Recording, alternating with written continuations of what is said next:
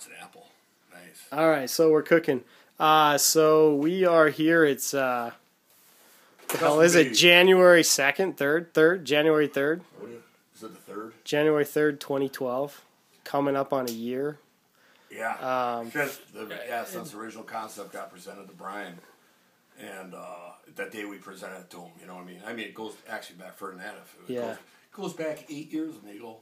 Right. It goes back to when you and Daniel came over to my place over in Plymouth. But this is Bondo. They call him Bondo because he paints cars a lot. I don't know how they come up with Bondo. Say something, Bondo. Hey. But Bondo's my paint guy. He's the guy who does all the shit. And he gets all the credit. I always got to say that because he's the last guy to touch the guitar before I do final assembly. And so, Bondo, how do you like doing quad bindings? Oh, it's awesome. It's What, a challenge. Can you extrapolate? At best.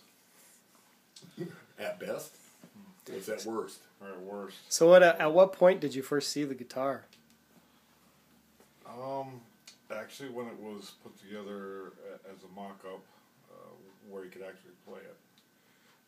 When I first actually, I forgot about maybe paid attention to it. I knew it was in the works, but.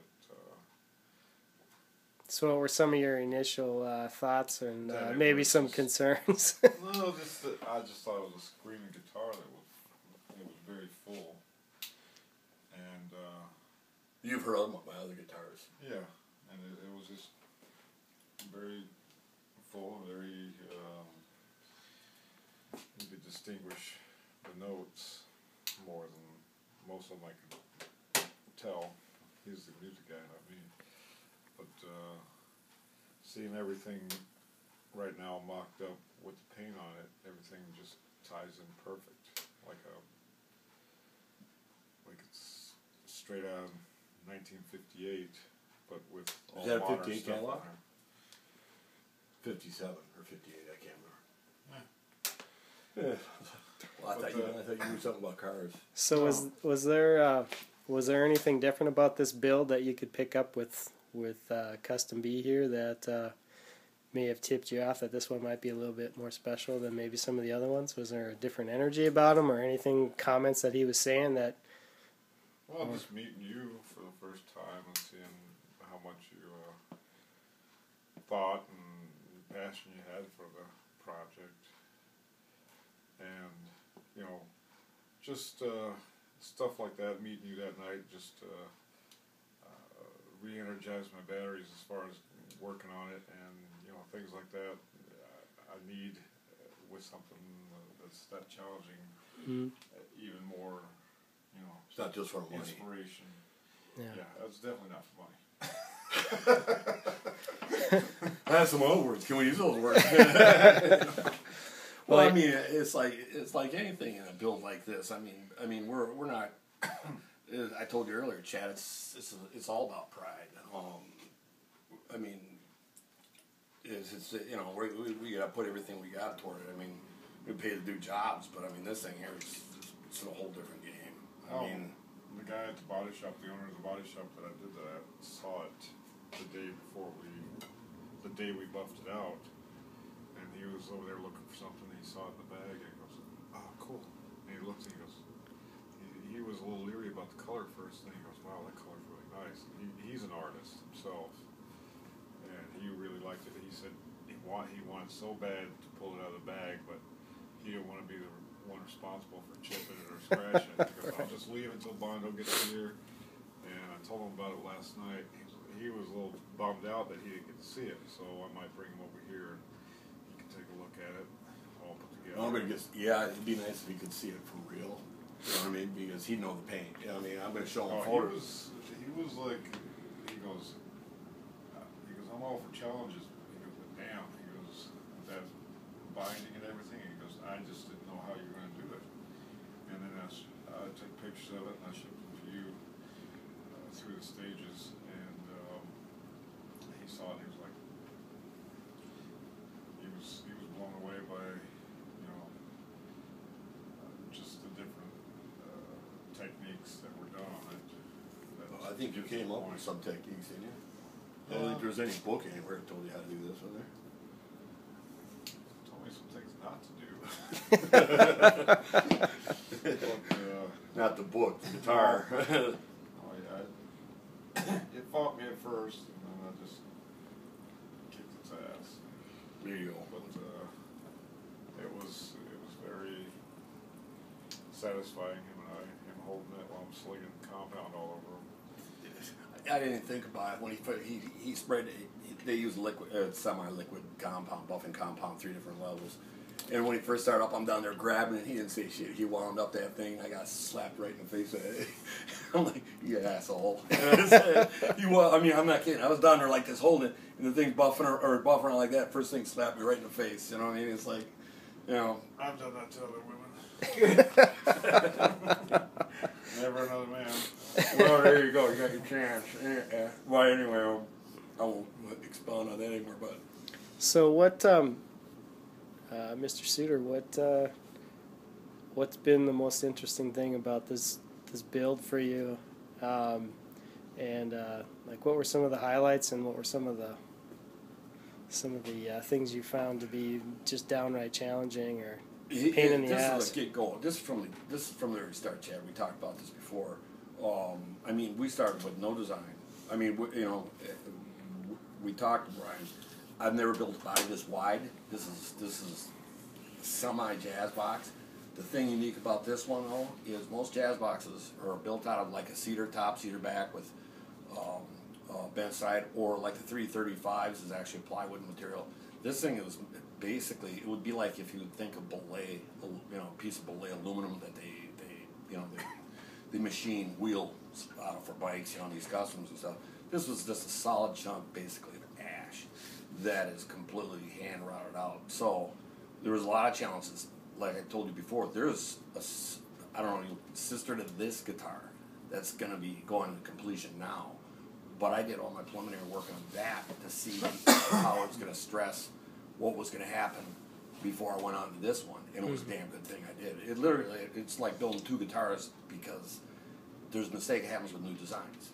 It does occur. So you kind of bring up an interesting topic around between the 2 guitars, kind of the educational aspect of you learning from the one to doing the other. And I think probably one of the more satisfying things that I feel like that Bryon and myself have gotten out of this process is the education, and probably much more so for Bryon, just how he said he didn't know shit about sound, and so kind of talk about that, kind of like how, when you first met him, your perception of him as a musician and his understanding, and like kind of where he is now, just chomping at the bit to get this thing, and understanding what's probably going to be coming out of it. In our conversations, I mean, at first I think, I'm going to say my take on it was, I think I'm trying to think, I think what's the word for it? Bryon was like overwhelmed a little bit, maybe because, okay, Bryon, here's the pickup choices. I mean, we looked at everything from different kinds of Chet Atkin custom shop made pickups. We went through all the Seymour Duncan pickups, went through all the different humbuckers and tapping them, and as he went through the process, I think Bryon all of a sudden now became very aware of what's going on, not just in his own guitar, what's going on stage, what's going on in their sounds and stuff, because most musicians really don't pay attention to their sound. They plug it in, they either hit one of the pickup selections and they go. They typically don't pay attention to their sound at all. So I want Bryon to speak a little bit for himself on that, but it was a little bit daunting for him. It's just so much information. We just walked through it slowly. Was there any one thing that he said along the way that made you believe that he finally got it? Yeah. When we came to it was the pickup selection, because we went through the guitar store, so he knew he liked a wide body. He saw the design on the computer. He liked that. So he was real comfortable with that. That was kind of in his world. But when it came to the electronics, all the technical stuff goes into a pickup. When he finally got to selecting those pickups, he's God, I know more than I ever thought I know. Something to that effect. I can't quote, but it was a whole new set of ears. That's what I got. right out of the point. It also goes back to when he first picked up Blondie. You were there. Yeah. And both him and Eric. Yeah, Levold. Yeah, right away. They just knew there was some playability, the tone, the whole 9 yards, and they just couldn't put their finger on it. Now I think for me, it goes even before that. It was at the Heroes benefit when they played at the Varsity Theater there in January of last year. When you brought Greenie down with you, right, and some of my friends that play guitar, Chip and my friend Chris from Wells Fargo, and, right. and those guys grabbed it, and I just remember Chris's face right away. He was running his hand up and down that neck, and he was just like, whoa. And that's, for me, to know someone that has a history of playing guitar and to have that kind of reaction, I understood right at away. that point These in guys time. used to off the shelf. Yeah. And I'll call it joke because I'm going to tell you right now, Eric Clapton, his Stratocaster is not off the shelf. I'm going to tell you there isn't a part of that guitar. And my understanding is, I don't know if you told me or we were talking about it, somewhere I heard that Clapton has a new guitar built for him every gig he plays. It could be bullshit, but you can bet every Strat he walks on the stage with is not near. They might run the body off, but those necks are gone over with a fine tooth comb, and that's what these guys were feeling when they picked up Greenie, which is now Artemis's, which is Leafy Greens. Yeah, you see his new logo up there. Yeah, it's pretty badass. Yeah, it's pretty cool. So, there is one other thing. Slipped my mind. Fuck it. We can edit it. Yeah. So, what's your relationship with Bondo? And after going through this build, kind of. What'd you ask Bondo? Bondo, what'd you ask? This is not the first one. He's also. No, I know you guys have done more. Relationship with Bondo. I know what you're looking for. How did you meet Bondo? Cigar shop. Was it here in Minneapolis? Yeah, it's the one up in Maple. There's a cigar shop up in Maple Grove, and playing cards. We did a lot. You came up there to look at my son's guitar. Was that it? Yeah, that I had painted. It was marbleized.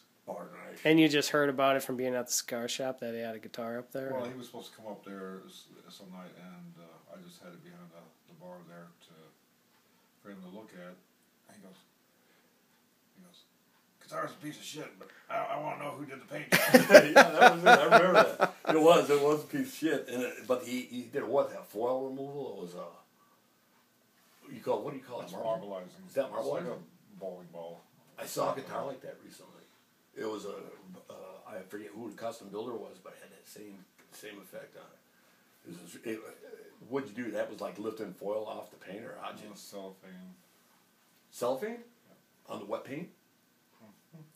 You lay down a black pearl metallic, and then you lay down the marbleizer, which is a thin paint, and then you lay down cellophane on it. You lift it up, and it gives all these little strands all over it. Yeah. And then I put candy apple red on top of it, and it just accentuates the silver lines. And You got to push that shit around though to get the pattern consistent, though, or does it just happen? It is what it is. Oh, okay. I didn't know because it looked really consistent. That's all I know. You can do different things to it, and this is not the first wide body I've worked on. But enough about my ex-wife. All right, so I'll tell you what. I got one more though. All right. He's also painted for another guy who's bought one of my. He's bought a couple of my guitars, and I've done a major refurb on a vintage Chet Atkins. And I was talking to his ex-wife. She's a bass player, and she may want a 5-string build. And I was talking to her in her car, and Dave was at some gig this last summer. David played, and I was talking to her, and all of a sudden Dave pulls up in his car and he says, "Whatever you do," he says, "have Suter build a guitar, but have Bondo paint it." And I'm like, it's like, it's like, I'm like, why? Why should I build it? Nah, just buy the paint. So that's been kind of the relationship. Can't get no respect. So this is your painter, Bondo. Bondo, what advice do you have for Bryon